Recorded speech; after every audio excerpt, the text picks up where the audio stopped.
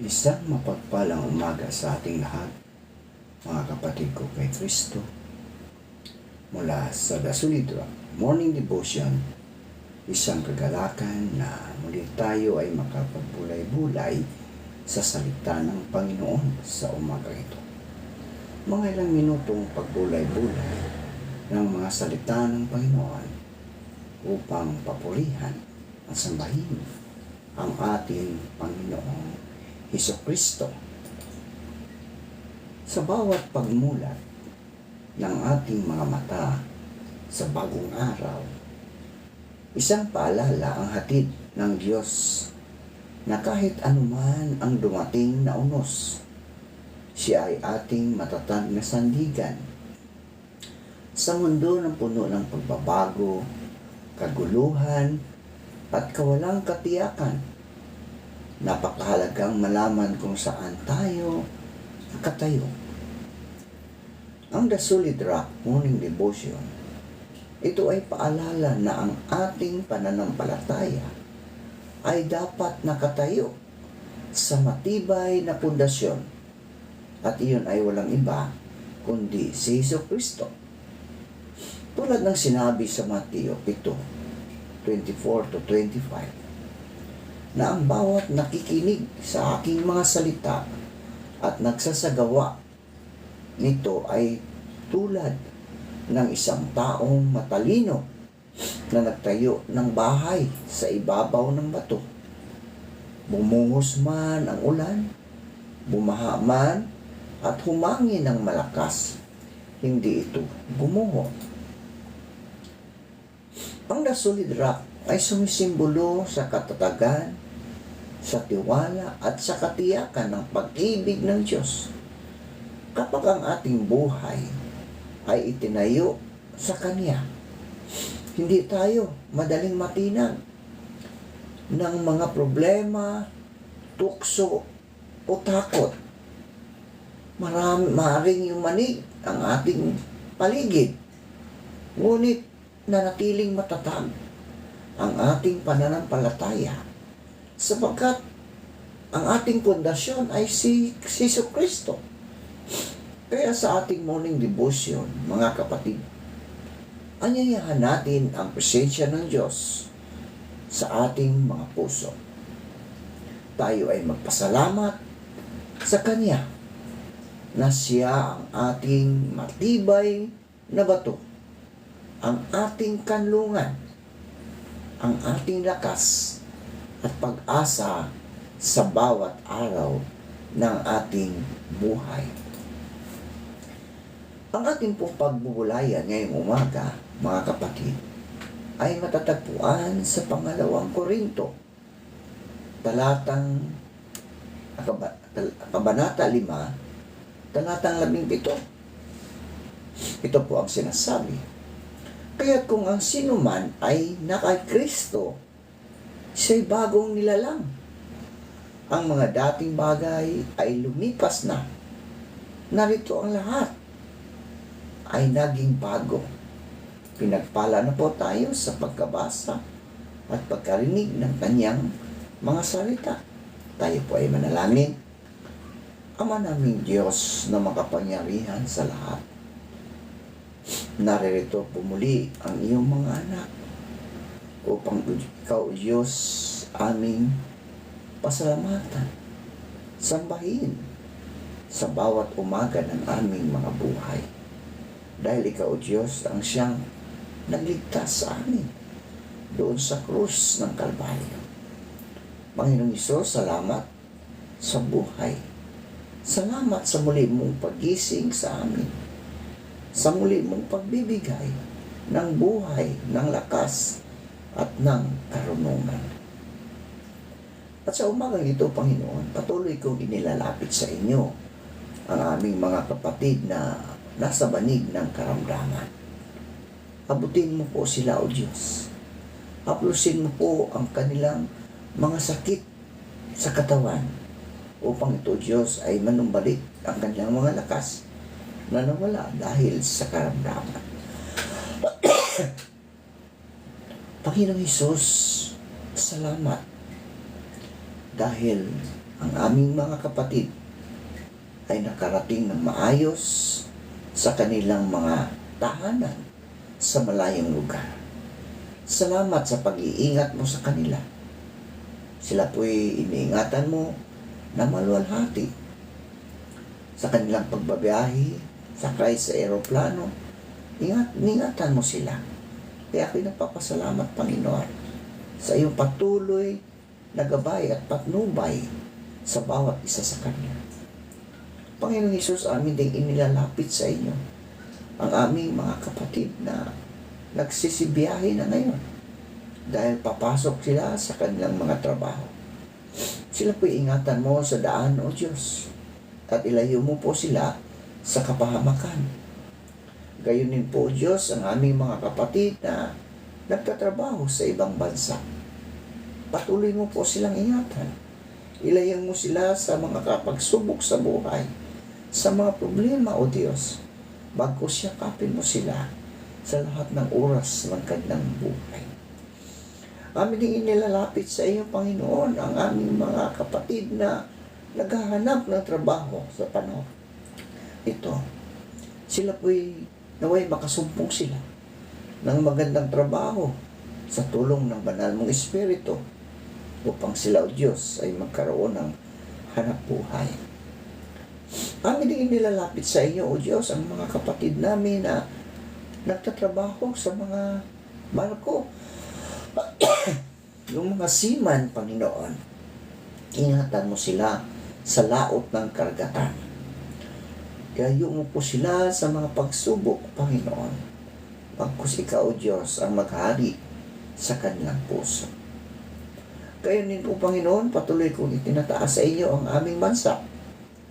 Patuloy mo po itong pagpalain, Ama, sa mga nangyayari sa aming kapaligiran, O Diyos. Panginoon, maaaring ito'y hudyat na sa muli mong pagbabalik. Naway kami maging handa ang aming mga buhay sa iyong pagbabalik. Na maratnan mo kami na naglilingkod sa inyo, O Diyos. Kayo sa namin ipinagkatiwala ang lahat ng ito, Panginoon. Lord, maraming salamat po. Amin din inilalapit sa iyo, O Diyos, ang aming mga kapatid na nagmamigrate na sa iba't ibang bansa dito sa mundo. Ingatan mo sila, Panginoon. Ilayo mo sila sa anumang kapahamakan, sa mga problema.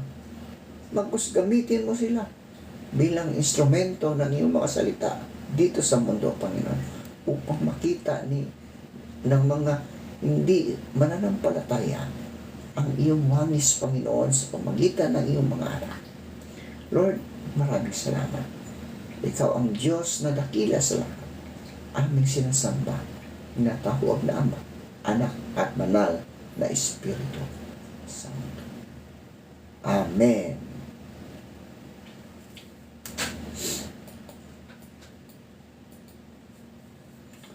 Ang talatang ito ay isang makapangyarihang pahayag ng pag-asa at pagbabago. Ipinapahayag nito na ang buhay kay Kristo ay hindi lamang pagdaragdag ng reliyon sa ating dating pamumuhay, kundi isang ganap na pagbabagong nagmumula sa loob. Kapag ang isang tao ay na kay Kristo na, siya'y pumasok sa isang bagong ugnayan, isang ugnayang binuo ng biyaya, kapatawaran, at muling pagkabuhay. Sa ugnayang ito, mga kapatid, ang Diyos mismo ang kumikilos upang baguhin ang puso, isipan, at direksyon ng ating buhay. Ayon sa talata na ating binasa sa 2 Korinto, siya'y bagong nilalang. Di ba? Ang pagiging bagong nilalang, mga kapatid, ay nangangahulugang may bagong pagkakakilanlan. Hindi na tayo tinutukoy ng ating mga pagkakamali, kasalanan, o mga sugat ng nakaraan. Sa halip, tayo'y tinatawag na mga anak ng Diyos. Tinubos ng dugo ni Kristo ang dating pagkatao na alipin ng kasalanan at takot ay wala ng kapangyarihang maibabaw. May bago ng buhay na nananahan sa atin, mga kapatid. Ang buhay ni Kristo mismo. Ang mga salitang siya'y bagong nilalang ay higit pa sa isang magandang pahayag. Ito ay isang malalim na katotohanan ng pananampalatayang Kristiyano. Ipinapahayag nito na ang sinumang kay Kristo ay dumaan sa isang radikal na pagbabago. Hindi lamang sa panlabas na pamumuhay, kundi sa pinakaloob ng pagkatao. Ang pagiging bago, mga kapatid, ay hindi simpleng pagwawasto ng mga pagkukulang, kundi isang muling paglikha ng Diyos sa ating mga buhay. Ang pagiging bagong nilalang, mga kapatid, ay nagsisimula sa biyaya. Hindi ito bunga ng sariling pagsisikap o kabanalan ng tao, kundi ito isang regalo ng Diyos sa pamagitan ni Kristo Jesus. Sa kanyang kamatayan at muling pagkabuhay, binuksan ni Jesus ang daan upang ang ating pusong bihag ng kasalanan ay mapalaya. Kaya't ang bagong nilalang ay hindi na nabubuhay ayon sa ating dating pagkatao. Ang pagkataong pinaghaharian ng takot, galit at pagkakasala, kundi ayon sa bagong buhay na kaloob ng Diyos. Bilang bagong nilalang, nagbabago ang ating pagkakakilanlan. Hindi na tayo tinutukoy ng ating nakaraan, ng mga maling desisyon, o ng mga sugat na iniwan ng kahapon. Sa halip, mga kapatid, tayo'y kinikilala bilang mga anak ng Diyos, minamahal, tinanggap at pinatawad. Ito ang nagbibigay sa atin ng lakas ng loob na humarap sa bukas ng may pag-asa. Sapagkat, ang alam natin, ang Diyos na nagbigay ng bagong buhay ay siya rin patuloy na gumagabay sa bawat isa sa atin. Ngunit ang pagiging bagong nilalang, mga kapatid, ay hindi nangangahulugang wala ng pakikibaka. May mga sandaling sinusubok pa rin tayo ng lumang gawi at dating tukso. Gayunman, may malaking kaibahan bilang bagong nilalang. Hindi na tayo nag-iisa. Ang Espiritu Santo ang nananahan sa atin. Nagbibigay lakas upang talikuran ang luma at yakapin ang bago. Ang pagbabago ay isang proseso. Araw-araw na pagsuko, araw-araw na paglakad sa liwanag ng Diyos. Sa praktikal na pamumuhay, ang pagiging bagong nilalang ay makikita sa ating mga pagpili at ugnayan. Natututo tayong magmahal kahit mahirap. Natututo tayong magpatawad kahit masakit. At natututo tayong magtiwala kahit hindi tiyak ang bukas. Ang dating sarili na inuuna ang pansariling kapakanan ay unti-unting napapalitan ng pusong handang maglingkod at magbigay. Ito ang patutuo ng isang buhay na binago ng Diyos. Ang pahayag na siya'y bagong nilalang ay paanyaya, mga kapatid, ng pag-asa para sa lahat.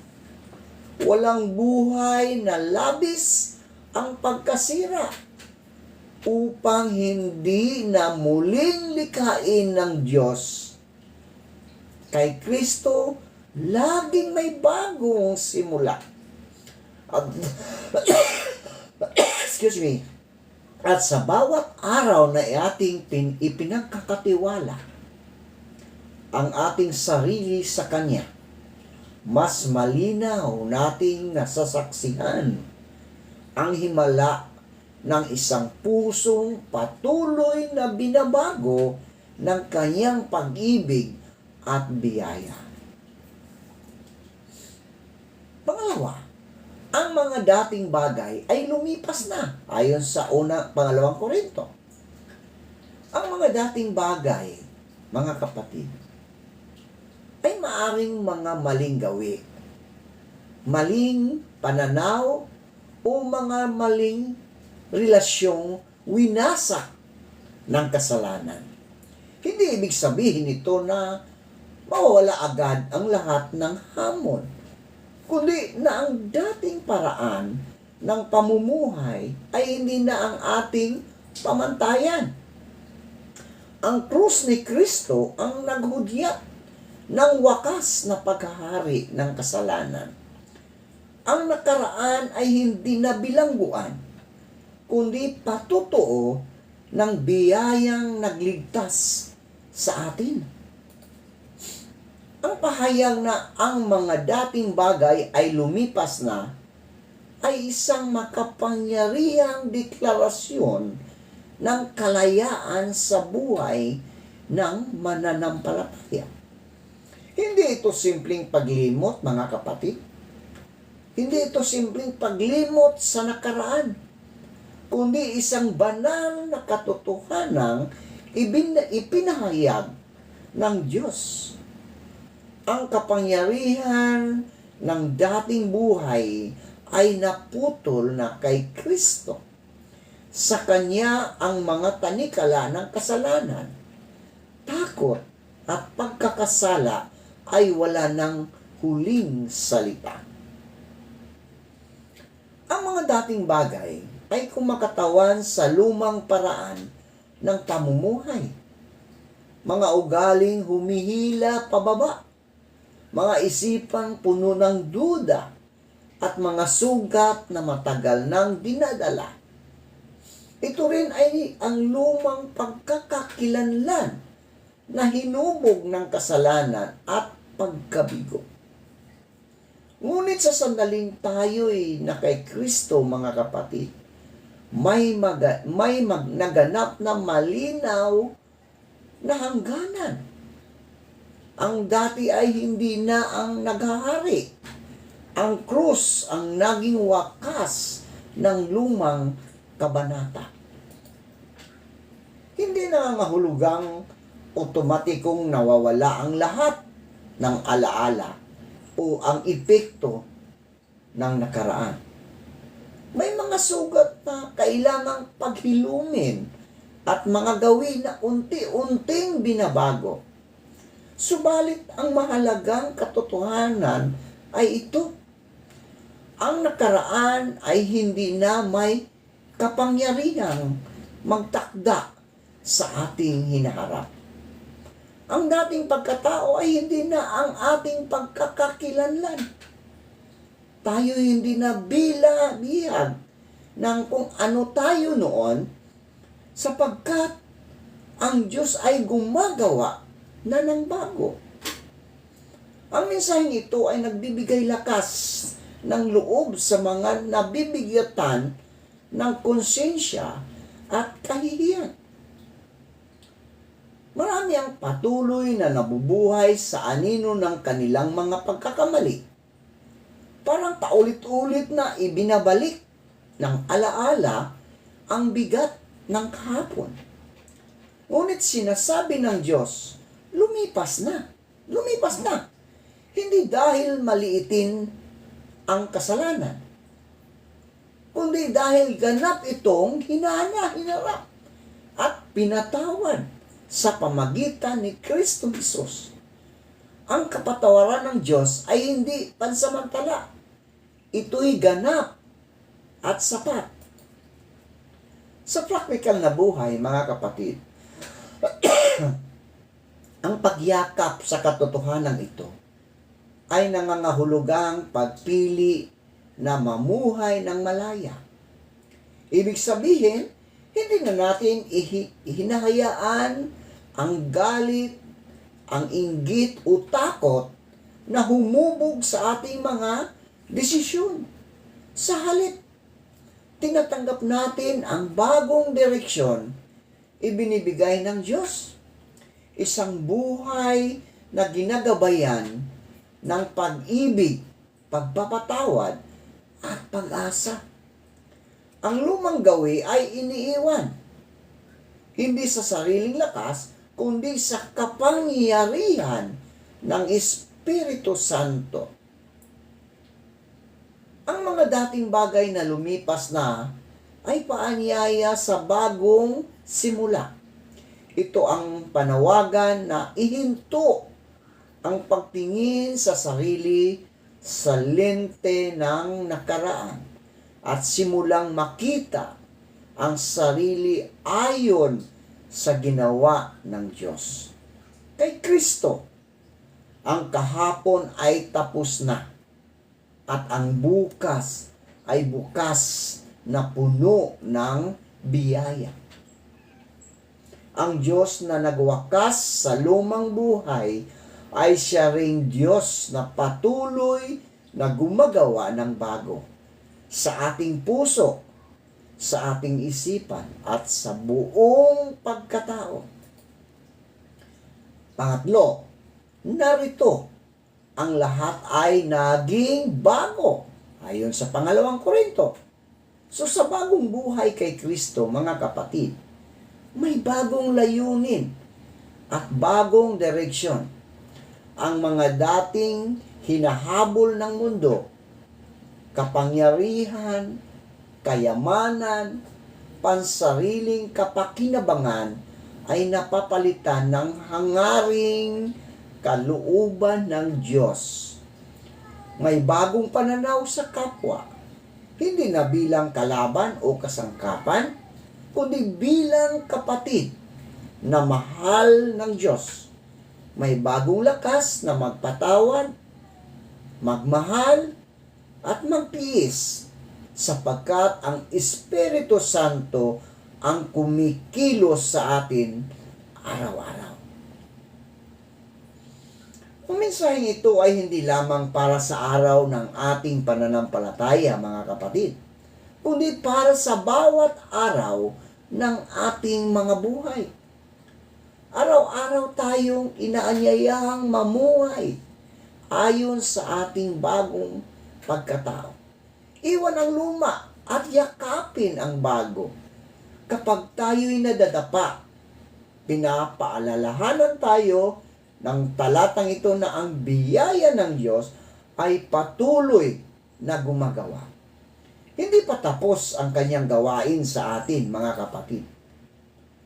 Ang mga salitang narito, ang lahat ay naging bago, ay hindi lamang isang pahayag ng pagbabago, kundi isang masiglang proklamasyon ng pag-asa. Ito ay paalala na sa pagkilos ng Diyos, ang pagbabago ay hindi panandalian o bahagya. Ito ay ganap at may lalim kapag ang Diyos ang kumilos sa buhay ng tao. Ang kanyang gawain ay hindi kalahati. Ito ay buo, totoo, at patuloy. Ang pagiging bago ay nagsisimula sa loob. Binabago ng Diyos ang puso mula sa pusong matigas patungo sa pusong marunong magmahal. mula sa pusong sugatan patungo sa pusong may pag-asa. Ang mga dating takot ay napapalitan ng pagtitiwala. Ang kawalan ng direksyon ay napapalitan ng malinaw na layunin. At ang pagkakulong sa kasalanan ay napapalitan ng kalayaan. Ito ang himalang nagaganap kapag ang buhay ay isinuko kay Kristo. Kapag sinabing ang lahat ay naging bago, kabilang dito ang ating pananaw sa sarili, mga kapatid. Hindi na tayo nabubuhay ayon sa mga label na ibinigay ng mundo. Talunan, makasalanan, walang halaga. Sa halip, tinatawag tayo ng Diyos bilang minamahal, tinubos at may layunin. Ang bagong pagkakakilanlan na ito ang nagbibigay sa atin ng lakas upang bumangon, magpatuloy at maniwala na may magandang hinaharap na inihahanda ng Diyos. Nagiging bago rin ang ating pananaw sa buhay, mga kapatid. Ang mga pagsubok ay hindi na lamang pasanin, kundi mga pagkakataon upang mas makilala ang Diyos. Ang sakit ay nagiging daan ng paglago. Ang mga luha ay nagiging binhi ng pananampalataya.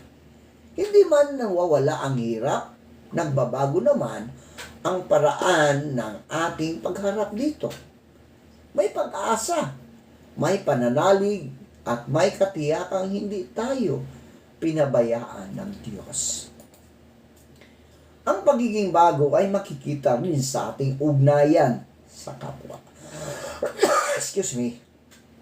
Natuto tayong magmahal nang hindi makasarili. Magpatawad kahit masakit. At maglingkod ng may kababaang loob. Ang dating pusong mabilis magalit ay inuhubog upang maging pusong maunawain. Ang dating saradong puso ay binubuksan upang maging daluyan ng biyaya ng Diyos sa iba. Gayunman, ang bagong buhay ay hindi nangangahulugang wala ng proseso. Ang pagiging bago ay araw-araw na karanasan. Araw-araw na pagpili na mamuhay ayon sa kalooban ng Diyos. May mga sandaling sinusubok tayong bumalik sa luma. Ngunit patuloy ang paanyaya ng Diyos, manatili ka sa bago. Sapagkat ang kanyang biyaya ay laging sariwa at ang kanyang awa ay laging sapat. At sa huli, ang pahayag na narito ang lahat ay naging bago ay isang masayang balita para sa lahat ng napapagod, nasasaktan, at nawala ng pag-asa. Ito ay paalala na kay Kristo may bagong simula. Ang Diyos ay hindi lamang nag-aayos ng sirang buhay. Siya ay lumilikha ng bago. At ang bagong buhay na ito may liwanag, may direksyon, at may pag-asang hindi kailanman mawawala. Sa wakas, ang pangalawang Korinto 5:17 ay isang paanyaya sa lahat. May bagong simula kay Kristo. Walang kasalanang hindi kayang patawarin. Walang buhay na hindi kayang baguhin. Sa Kanya, ang lumang kwento ay napapalitan ng bagong awit, ng pag-asa, sapagkat ang Diyos ay tapat sa Kanyang pangakong gawing bago ang lahat. Manalangin tayo. Aming mapagmahal na Diyos, salamat po sa iyong pag-ibig na walang hanggan. Pag-ibig na hindi sumusuko, hindi napapagod, at patuloy na yumayakap sa amin sa bawat araw. Salamat, Panginoon, sapagkat minahal mo kami kahit kami mahina. Pinatawad mo kami kahit kami nagkamali, at tinatawag mo kami pabalik sa iyo sa pamagitan ng iyong biyaya at amal. Punuin mo po ang aming mga puso ng iyong banal na pag-ibig upang matutunan naming magmahal, hindi lamang sa salita, kundi sa gawa at katotohanan. Turuan mo po kaming magmahal ng may pagpapakumbaba, may pagpapatawad at may malasakit sa kapwa. Panginoon, pagalingin mo po ang mga pusong nasugatan. Alisin mo ang galit, ang takot at ang puot, at palitan mo ito ng kapayapaan at pag-asa na nagmumula lamang sa iyo. Naway ang iyong pag-ibig ang maging ilaw sa aming mga tahanan, lakas sa aming kahinaan, at gabay sa bawat pasya at lakad namin. Gamitin mo po kami bilang daluyan ng iyong pag-ibig sa mundong uhaw, sa tunay na pag-aaruga. Sa iyo po ang lahat ng papuri at pasasalamat, sapagkat ikaw ang Diyos ng pag-ibig. Pagpalain mo po, Panginoon, ang lahat ng nakikinig at isinasabuhay ang iyong mga salita. Ingatan mo po sila, palakasin mo sila, proteksyonan mo sila sa lahat ng pagsubok sa buhay. Ikaw, O Diyos, ang siyang manatili sa lahat ng puso ng iyong mga anak. Maraming salamat po. Amen at amen.